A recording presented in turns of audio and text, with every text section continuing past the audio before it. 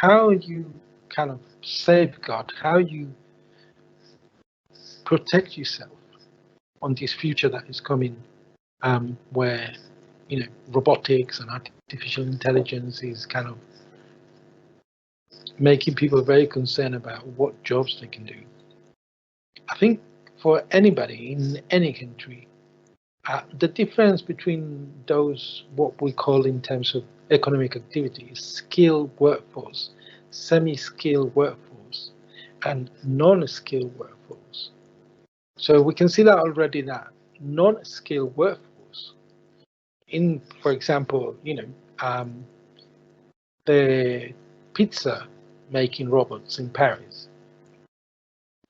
So that's a semi-skilled work that requires somebody to learn and train. So maybe two ways that this will go. Maybe some people will pay a premium price for having somebody making them a pizza, a human making a pizzaiolo, producing a lovely, fresh pizza in a restaurant.